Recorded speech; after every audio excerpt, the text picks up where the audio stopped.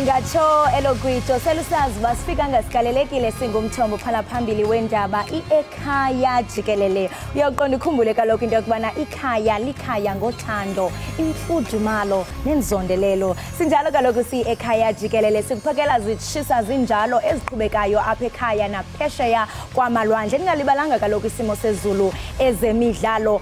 Osaziwayo amaqhafuqhafu abafana nam uyayazi kaloku umbutyeli. Qiniseka into yokubana ugqusha lazi awufuna ukubaliselwa kaloku kuthiwa yeyi sibone kusenzeka okunoku ufuneka uthi uzibonele ngosi wakho. Ndimlo ke okhalosa kalubisi unonkanyezi ndingumadlongothi mazipho mamshukumo umazondwa ngento zakhe. Kodwa ke le nqwelo ndiyiqhubi ndedwa ikhona inzwakazi yapha kwamageba umamtshali namhlanje umeza kambiza umeza sebeyazi kaloku ndithe xa ndithi ndathi hayi mani sebebonke sebeyiqonda le uyayiva.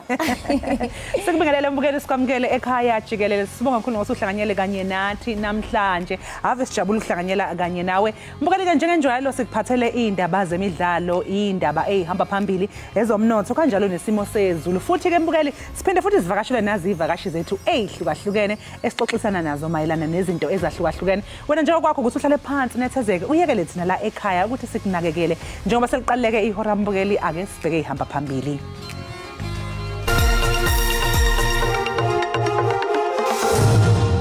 There are 12 people that have been identified, people of interest, by names, some of them by address, some of them by the cars they drive.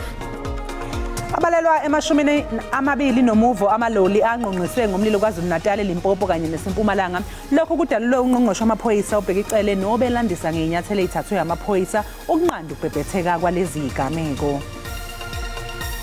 3 unknown men entered this premises and they opened fire on people that were in the premises as well as in the immediate surrounding. Kudutyulwe kwabulawa abantu abathandathu konzakala bane kwisiganeko esehle kwanobuhle eMpuma Koloni. When we are trailing, sometimes it becomes difficult for us to come back and win or get a draw. Obambe njengomqeqeshi weBafana uMurena Ramurebudi uthi kumhlaba umxhwele ukuyimisela akubona kubadlali bakhe emqhudelanweni weCOSAFA Cup njengoba sebengene esigabeni esandulela owamanqamu.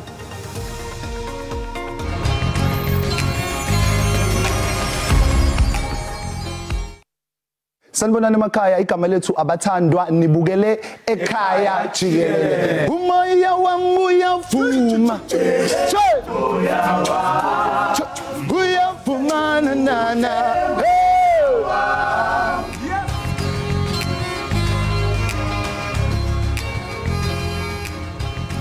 Umengameli wezwe uCyril Ramaphosa wexwayise ngokuthi ngeke ibekezelelwe izenzo zobugebengu bokuthungelwa ngomlilo kwamaloli athwala impahla njengoba nje eyinsuku nezimbala sekushiswe amaloli angaphezulu kwama20 ezifundazweni ezintathu.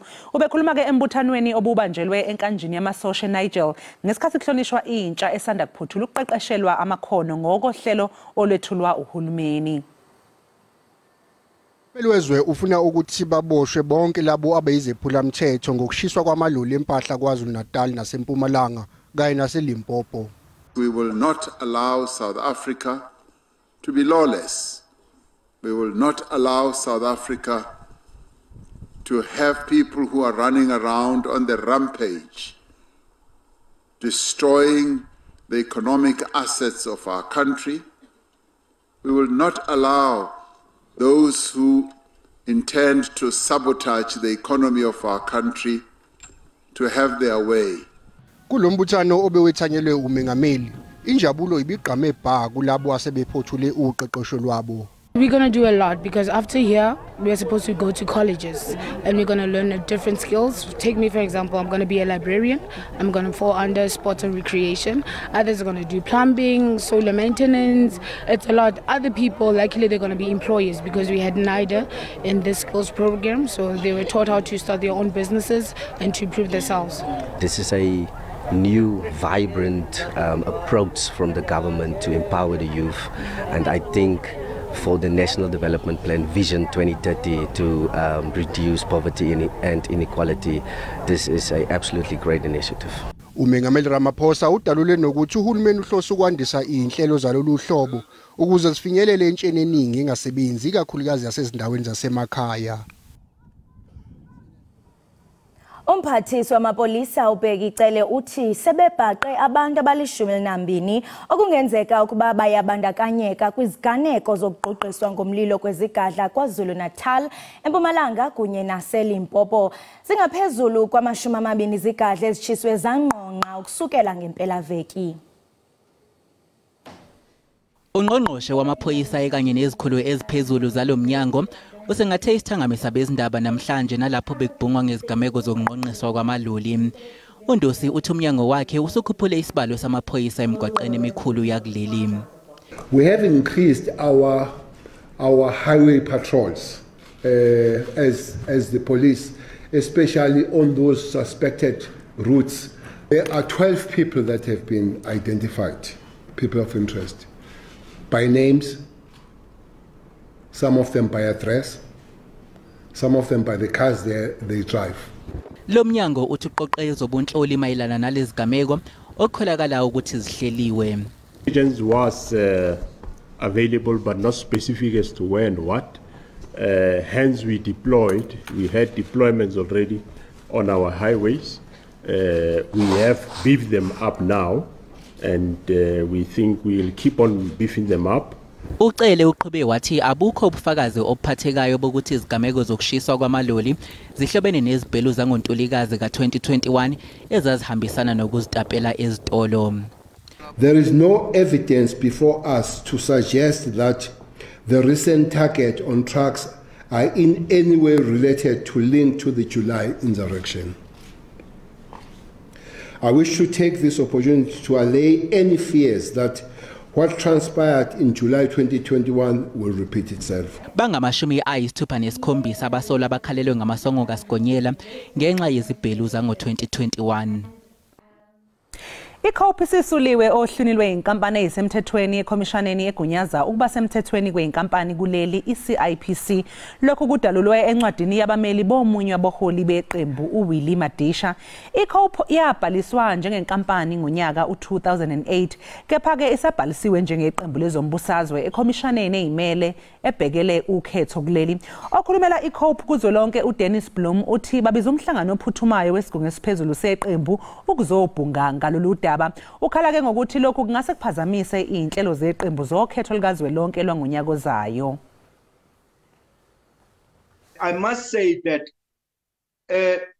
I personally, and I'm sure many of the COPE members were not aware that COPE was registered as a company. This is news to me. I am shocked that COPE was in fact registered as a company by Mr. Lukota and some other people. But I can confirm because I've seen this letter that came from Mr. Deputy President Madisha and Tate Hleko's lawyers. Abahlaluki bathi ikomiti yesolotya u194 ikubeke kwacaca ukuba ayizukwanyamezela amaqhinga omkhuseli woluntu onqunyanyisiweyo uadvocate Busisiwe Mkhwebane okubambazela uphando olumayelana nokulungela kwakhe ukuba kwesisikhundla. Ukho ukubethabethana kwezimvo phakathi kukaMkhwebane nosihlalo wale komiti uQubudile Jantyi. uJantyi uthi Mkhwebane khange ayilandele imimiselo yale komiti ukuze aphendule imibuzo. For not responding to the written questions posed by members and evidence leaders, the suspended public protector has done a disservice to herself, her cause, and to the credibility of the institution of the Public Protector South Africa. uJantyi uthi le komiti ilungiselela ukuqoshelisa umsebenzi wayo. Her continued non-response to questions actually mean that we may produce a report much sooner than the initially planned date of the 28th of July, because there will be no reason for the chairperson not to direct evidence leaders to do the summation earlier than planned. Kodwa uMkhwebane yena ulungiselela ukufaka isicelo sokuba uJaji aziguzule kwisihlalo sakhe. We aim to have the recusal application filed by today, but latest it will be delivered by tomorrow. Iingcali zomthetho zithi le komiti ayizimiselanga ukulibaziseka. The Section 194 committee have made it clear to Busisiwe Mkhwebane that they will no longer tolerate her delaying tactics. Amagqwetha akhokela le komiti nawo alungiselela ukufaka ingxelo yokugqibela namhlanje kwiindaba ze-SABC. Ndingubulelani Philip eParlamente. Zisazoqhubeka izinsuku zobumnyama namakhaza ngemva kokuthi iEskom imemezele isigaba sesine nesesithupha sohlelo locisha konga ugesi izolo. Isigaba sesine salolu hlelo siqale ngehora lesikhombisa ekseni izolo kwase kuthi ke sesithupha saqala ngehora lesibili ntambama. iEskom ithi ukubuyiswa kwezigaba eziphezulu zalolu hlelo kubangwe ukufa kweziphehli zayo ezahlukene. Lesi sikhungo ke siphinde sabalula ukusetshenziswa ngokweqile kwamaziko asebenzisa udizili njengezinye zezizathu eziholele kulokhu. Ngaphansi kwesigaba sesithupha izakhamuzi zakuleli zizohlala amahora ngaphezulu kwesithupha zingena ugesi ngosuku.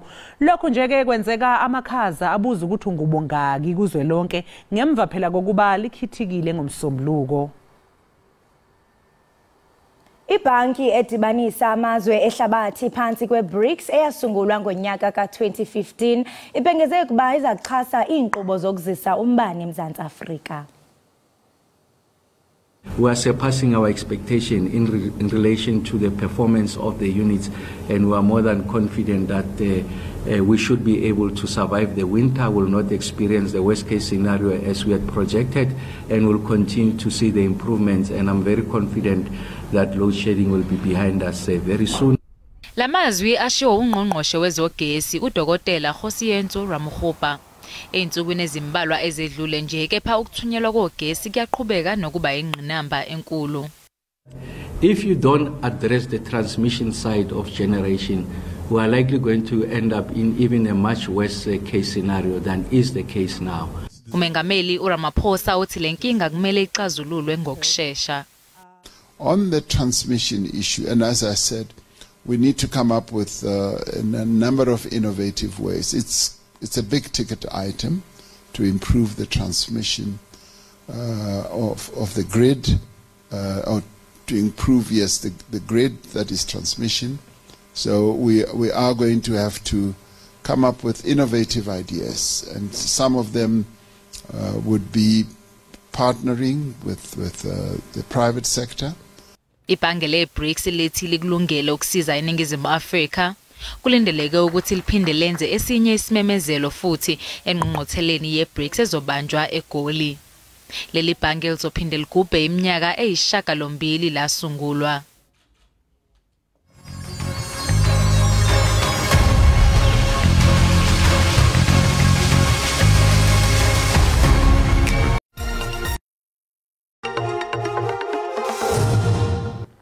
Siphinde sikubingelele umbukeli Ekhaya Jikelele kanti mabe sibheka indaba zemidlalo ibamba lomqeqeshi webafana uMorena Ramurebudi uthi kumhlaba umxhwele ukuyimisela akubona kubadlali bakhe emqhudelwaneni weCOSAFA Cup njengoba sebengene esigabeni esandulela owamanqamu emva kokwehlula elaseSwatini ngama-2-1. Selukuqalela umqhudelwano eThekwini ibafana ingenelwe amagoli kuqala emidlalweni yayo emithathu njengoba kuqala bedlale ngokulingana ngegoli elilodwa neNamibia. Nasemidlalweni wesibili neBotswana babuye belandele emuva.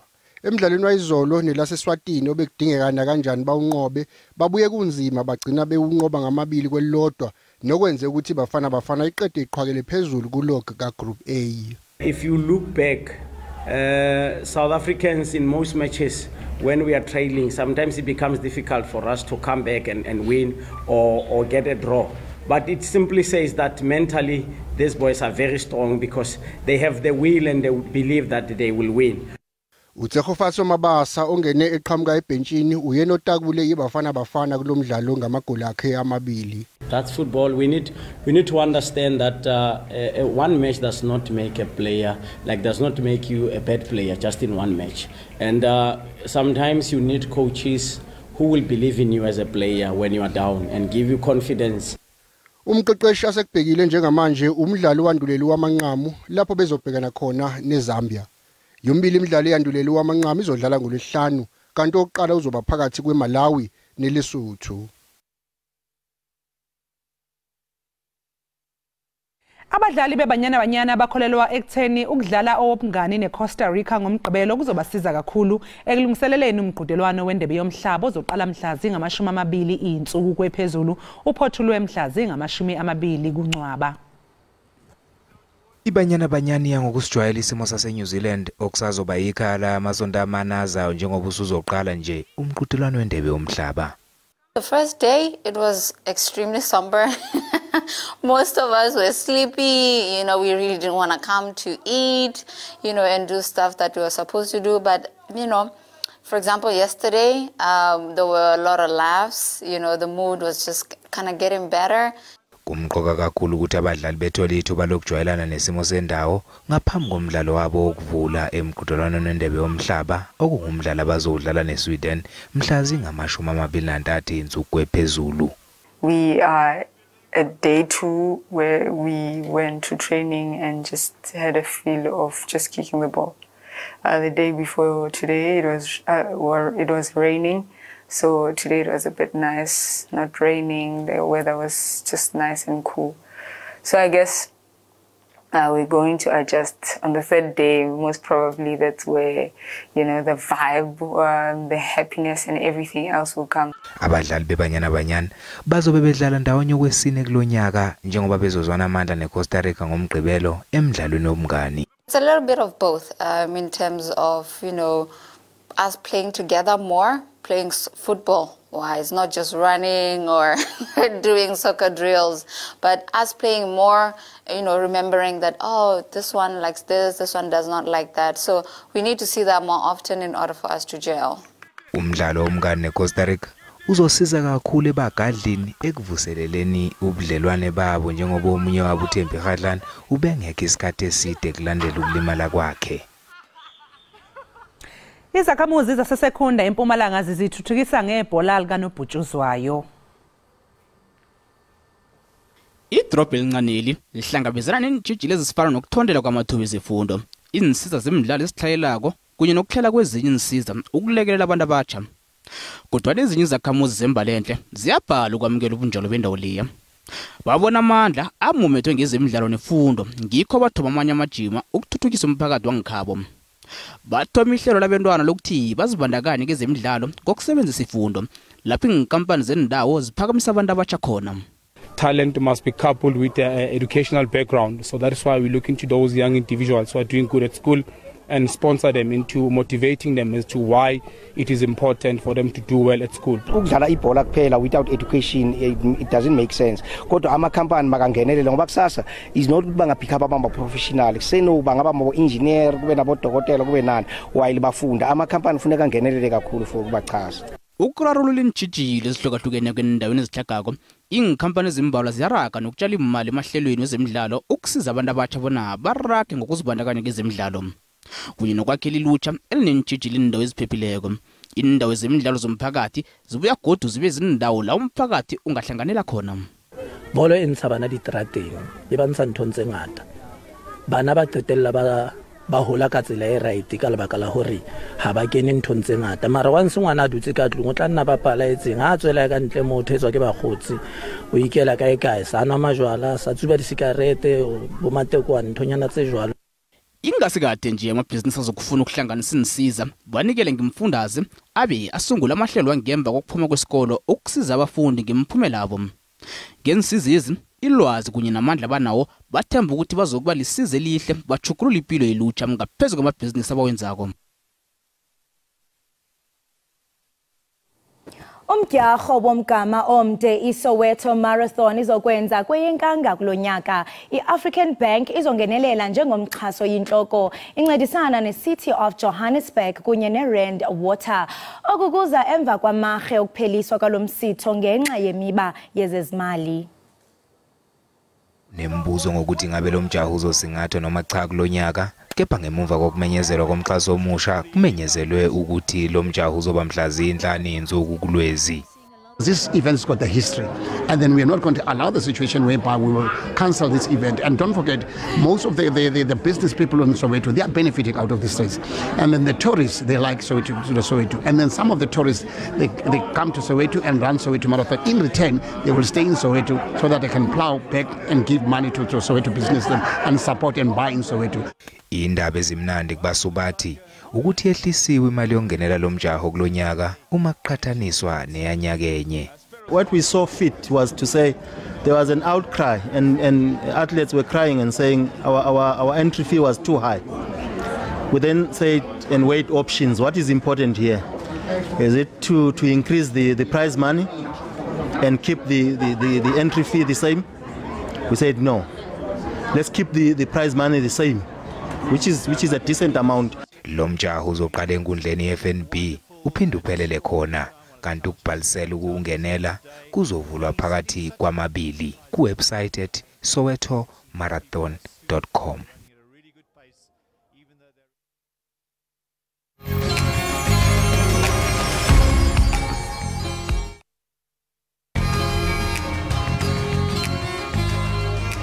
Siphinde sikwamukele mbukeli Ekhaya Jikelele. Ziyenyuka ke igameko zokungqongqiswa kwamaloli ngomlilo ezingxenyeni ezahlukene zezwe. Lezi gameko zimandla kakhulu efundazweni iMpumalanga, iKwaZulu Natal kanye naseLimpopo. Ukuthola kabanzi ke ngalokho sixhumana nosuka esikhungweni iTruck Drivers Forum uSifiso Nyathi. Nyathi asikubingelele ohlelweni sikwamukele. Ngibingelele siswami sibonge ngethuba lesiphalona. Nyathi kungabe yini imbangela lezi gameko zokungqongqiswa ngomlilo kwamaloli njengoba sayibonakala zingapheli nje? Okay. Sazwana oqala nje sithi njengenhlangano i-ATDF i-All Truck Drivers Forum asamsana ukunqumisa kwamaroli nokusho kwamaroli asihambisani nakho siyaqheka. Engakusho wengane kamama thina siyacabangela ukuthi ilento esake sayiveza understand siyacabangela ngikuchaza ukuthi kanjani. Sifike njengenhlangano ama-truck drivers saveza uvo lwethu nenkinga esibhekene nazo kule sector ye-trucking industry. Ukuqala ukuthi abantu basekhaya abasaqasha sekudominate abafethu ababukufika ngento eyisenzo sabaqashi ukuphula umthetho. Khumbula ukuthi ukudriver akukholwa iscarce skill.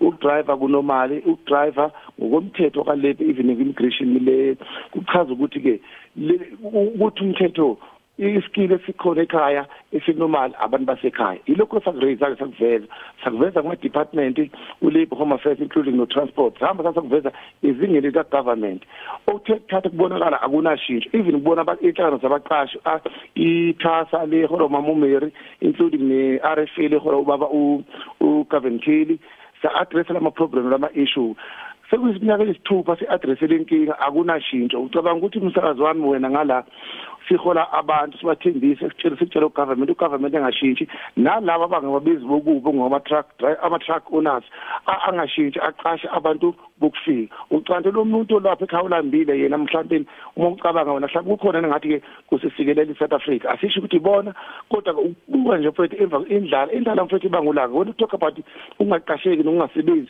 ukhuluma ngenye into ehlukile kufana ukuthi ke uprotestela ugesi ne-service delivery yenye into ethinta impilo yomuntu and ke basadlobongela basabaqasha zikhona inkampani right zikhona inkampani engekho right okuthiwa ama-fly by night izo lesibangela inkinga msakazi wami. Ngokuzwa kwami nawe awunaso isiqiniseko kodwa uyacabangela ngabe ke kubonakala nje lezi igameko zodlame nabashayeli phela bathukile ke njengamanje ingabe mhlawumbe ngabe ngisho iqiniso nima ngathi abashayeli kusho ukuthi balwa bodwa. Msakeza angikholwa ukuthi kusho ayi akulona iqiniso abashayela abantu bodwa hlala nje ama-truck stop sikupha sinankinga sili isaba msakazi wami ilesi esizwa labaqashi lapho uhulumeni asaba kubhekana nabo uyabona nje ukuba uhulumeni wethu akwazi ukuzwa ngoba lesikhuluma ngaphethe kusemthethweni nawe noma ubani olalela ekhaya akayenze research wesikhami eqashweni la normal skill abantu bangaphandle uzokuthola ukuthi esikhulumayo into erake iqiniso ukuthi nohulumeni osaba ukubhekana neqiniso akasabi futhi angazi ukuthi singambiza ngalithi igama kodwa nje ongabakhathalela abantu basemzansi mfethu ngoba ngisho ke sikhuluma ngendlala la uyabona mangase ngutshele nje kule minyaka eyisithupha nje kuyadabukisa ukuthi uhulumeni wethu okay before ngike lapho uhulumeni uyabona ngo2020 siswami sifike saba ne tax team ehola ubaba uNcisi le tax team yathi kuma province awu9 premier ondunankulu ibona bazohola ukuthi iprovince bakha ama-forum lama forum kuzoba nama department ne stakeholders afanele bese iprovince ithina lolu daba after iprovince ithina lolu daba izo-report straight ku-Labour u-Labour a-report kubani ku-president uBaba Ramaphosa uma ngase kubuthi kwenzeka lokho akwenzekanga phinde futhi enye tax team ebikhona yesibili ebidalulwa created baba last year ngo-20 June last year. Then the president of the ministers now no packing country nenhlangano zabaqasha RFA belelapho sa-adopt i-document lapha iphuzu lesibili la lithi-ke bazoba strict kwi-visa ivisa inokumuntu onjani umuntu obuya ngaphandle ozokwenza iskill esinginaso la ekhaya hayi futhi ubasebenza unomphela uzotransfer iskill esinginaso for 13 years I think it's 4 years iphuzu lesibili leli elesine ngo-awu-level kahle amaphuzu elesine lapha lalithi zonke lezi zinkampani zizocomply kwi-bargaining council i-bargaining council i-structure esibhekele le sector lena ukusebenza ama-condition okusebenza nama-minimum wage ngesikhathi ikampani i-bargaining council kuzoba nemihlomulo yo-driver ongama-medical aid i-provident fund nama-UAF kanti ezinkampani lezi ezinezinkinga esizifakile nkinga lezi azibhageli kwi-bargaining council zi-operate njengoplus yizo ziqasha abantu bangaphandle basebenza ama-abnormal ile nkinga esi-addressile uhulumeni angayilungisi mfethu akukho ukuthi odriver abazwani odriver bayazwani inkinga idala laba abaqashi uhulumeni ngafuna usilungisela bona manje uma ucabanga ngabe isiphi isizathu esenza ukuthi mhlawumbe abaqashi baqashe kakhulu abantu bokufika kunabantu balapha eNingizimu Afrika okokuqala i-cheap labor ngizokutshela ngo-bargaining council angithi mangiphatha ka-bargaining council okay u-bargaining council uthi udriver akasebenze 9 hours normal time asebenze 6 hours i-overtime alale 9 hours so alabaqashi ka uma elala umuntu ukuthi ungalala 9 hours abakufuli ungalala 2 hours 3 hours mawula futhi lo 3 hours masulele bakufonela angithi uzosebenza ama extra hours and futhi bona uma kuye kwi-market price uthola ama-customer bazohlisa ama-price ama-rate bazoshaya low price rate i-competition siyalimana kuloya muntu obhagena kwi-bargaining council okhokha ngendlela ekuyiyona yona so ngizoprice i-price encane ngibaholele kancane ngithemba ukuthi ngizoprice kancane ngitshontshe imali yo-driver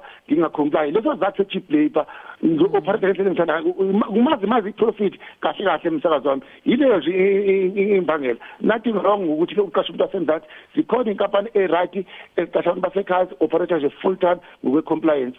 Hey cha kuyakhathaza ke mangabe ngikuzwa ukhuluma indaba yama-hour okulala for ngokwesibonelo ngoba manje uma ngabe usho ukuthi baye balale laba abanye bazolala mhlawumbe 3 hours uphinde baqhubeke bahambe mhlawumbe lokho ke sekuyasolisa ukuthi mhlawumbe kungesinye sezizathu zezimbangela zeingozi eziba khona zama-truck emgwaqeni kunjalo nje ngane yakwethu kade sikuveza ngithi ngesikhathi wena ungizukulala umulala kancane okay khona ngithi lento mangengabhaketi council umthetho uthi ke lama-art ngiwachaza ilokhu kuthiwa i-basic plus i-overtime so akuphinde futhi kube nama-holiday phinde futhi kube nama-weekend kuzongenza mina ukuthi mina driver imali yami mhlawumbe ingibeke lapha eduze kwami-middle class so uthola ukuthi manje lo ongabhageli kwi-bargaining council uzoholela ngeload ngokushuthwa i-load system noma i-commission system so ngokusebenza kuzona uzohola ngayo ushuthi ke udriver uzophoqeleka uma nkosiyami ke uhola imali encane ufuna ukwenza imali ethele kuba ngconywana agcina sengalala athi uphusha ini amalodi okugcina sengilokhuza okumangaza ngohulumeni wethu umsakazi wami buka khona manje asisho ukuthi ku-wrong ukuvikela impahla namarori emgwaqeni ngesimo sokushiswa kwawo kodwa yadumaza ukuthi kuze kwekwenziwa lokho kuletha amasotsha kuletha amapholisa lonke uhlobo lepholisa emgwaqeni into engenasidingo engabe into esidingo nje uhulumeni bhekana sinqone inkampani lezi esingezi uright baboshwa abaqashi basuke enkantolo baboshwa emva kwalokho kuthiwa qasha umuntu wasekhaya uma uhlula lokho kusho ukuthi ke thathi operation card awubelong le sector kusho ukuthi uzenzela indlela yakho awamithi ama regulation ale industry kodwa uhulumeni sibona uletha amasotsha uletha amaphoyisa kodwa makuthoka namazamazama thiwa ibudget kodwa uvikela abantu abafakile inkinga ayikali budget inkinga msakazi wami. Uma ngathiwa nje ke nithola ithuba lokuthi nikhulume nomengameli ningathini kuye? Somtshela ngameli sicela uthanda abantu basemzansi sikubekile njengomengameli ukuthi uzosilethela impilo engcono uthi ayibhetha lapha ahlale bekukhuluma. Number 1 njengoba nithi lena government nisisi ngivotele nizokwenza amathuba emisebenzi kanjani amathuba emisebenzi uma ekhona anganikezwa abantu basekhaya futhi ngorongful singamtshela ukuthi uhulumeni sicela ukuthi ulungiseleke ukuthi lezi kampani eziqasha abantu bangaphandle ningabhakeki sicela mazivalwe zingabi khona straight kwi-state ukuthi lezi vele ezicompliant eziqasha abantu basekhaya kupromote zona zinikeze umsebenzi simple as that.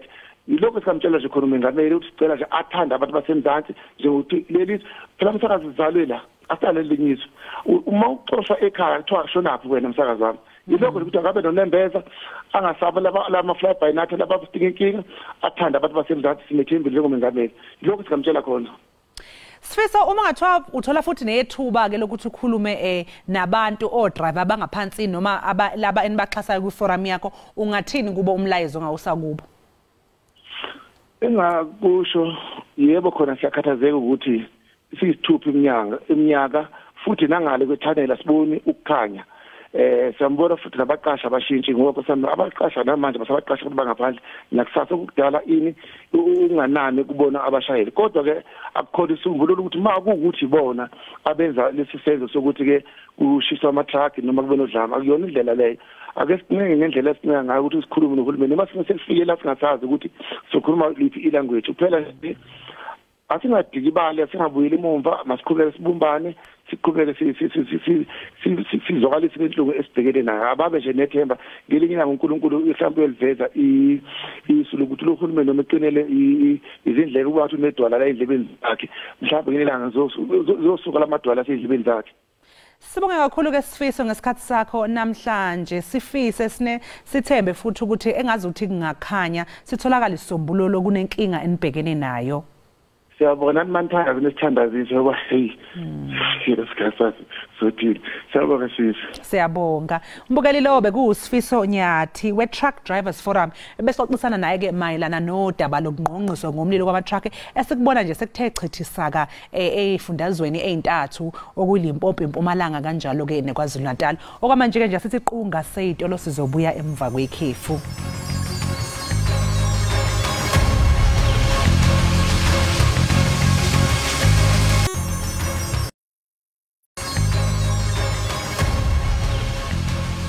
Sikomgele ekhaya Jikelele usahlezi nathi lapha ekhaya.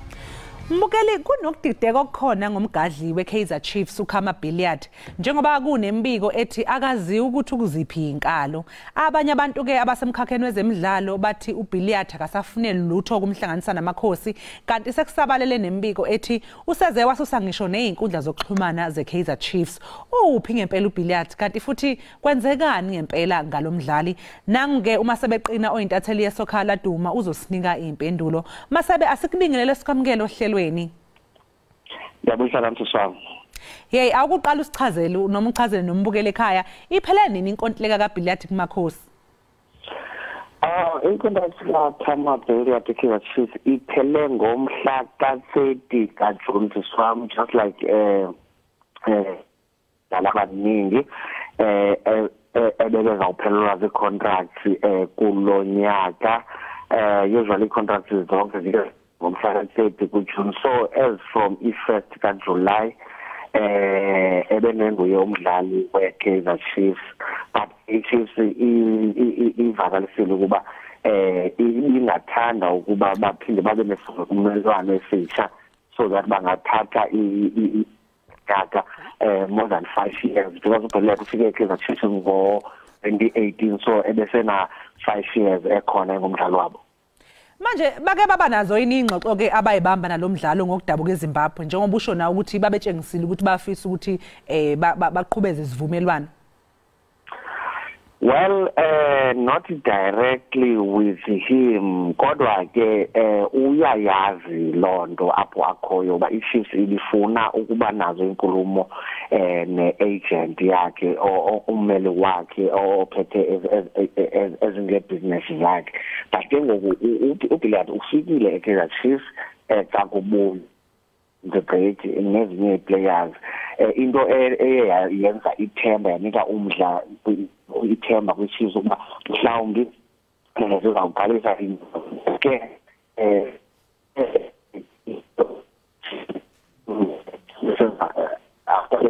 ama-medical test to check uba right uphilile yonke into ihambe kakuhle wanyamala bamgqibele nge-29 zikaJuni njengoba i-contract bizawuphela nge-30th.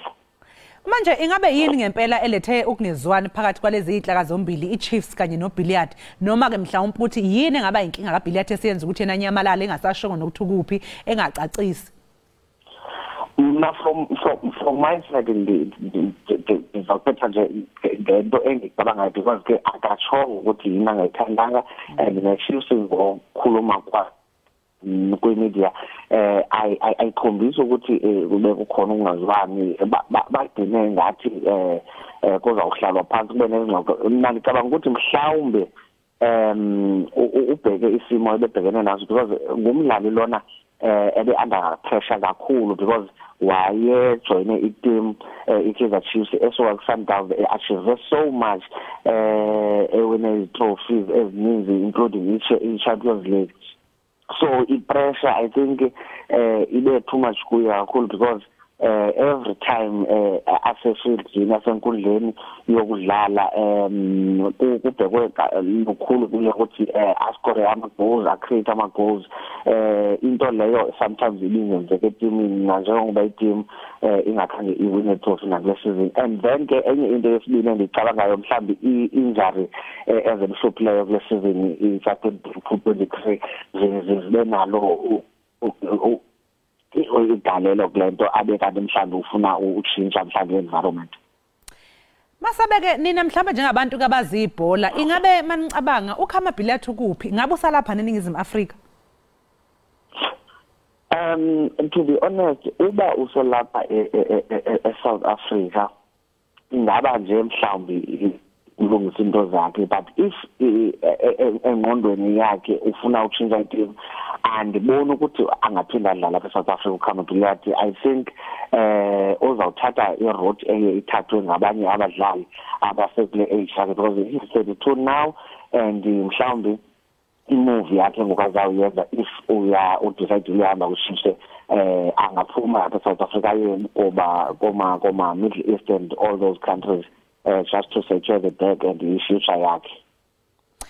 Manje ke iKaizer Chiefs sikhona isinyathelo engasithatha ngalokho? No, sisi. I do not think so because akasengomdlalo wabo technically speaking because the contract iphelile.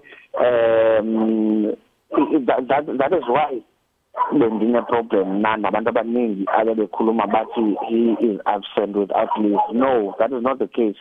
Akana contract exactly so bekangasadeserve ukuthi abe khona phayana if yena udeserve ube decide kanjalo. So akukho apho banomsa khona bathi khanga reporter for duty because akana contract. Manje ke ibaphi ke abadlali ocabanga ukuthi bangavala isikhala sika Billiard kwazise phela sizwile ukuthi babathengile abadlali abafana baseNaturena? Iyabathenga abadlali bakhona abohopotane from their latest signing. Ishisi buya khumbula soswami even kwa kwi-setup yabo from ama-youth structures iyabonakalisa ukuthi ithatha a very different approach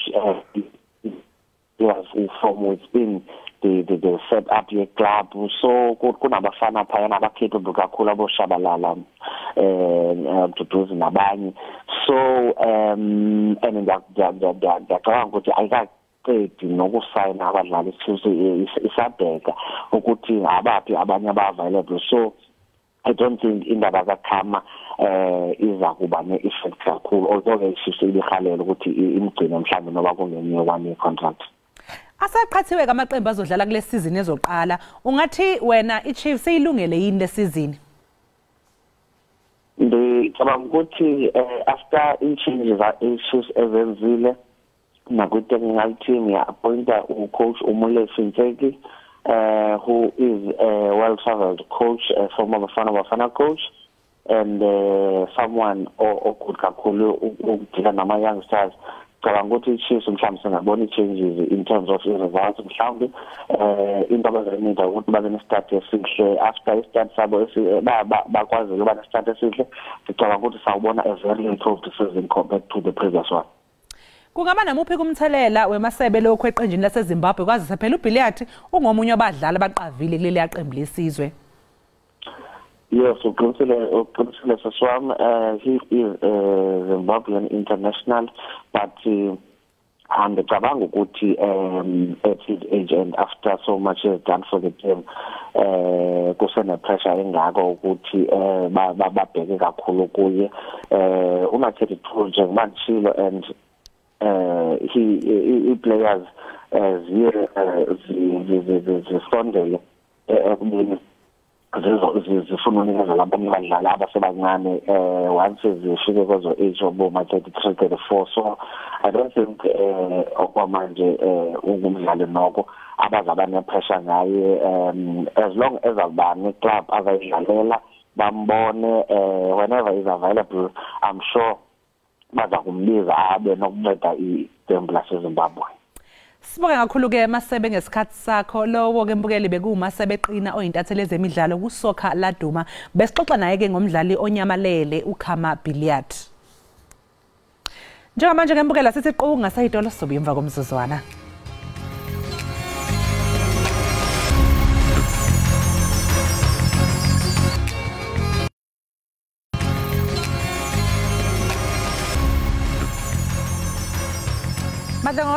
Yes, darling. Hayibo. UKhama Billiard ulahlekile.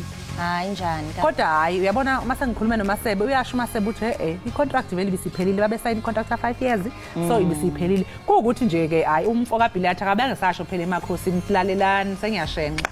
Sengiyahamba noma ngisathi igozololo abacacisele, kodwa futhi ushilo nokuthi babe ngaze bebe nazi ingxoxo zokurenew icontract directly naye. Kushuthi nje bebelokhu besho nje ukuthi hayi siyafisa ukuthi siphinde sirenew icontract, kodwa bengakhulumanga bahlala naye phansi etafuleni.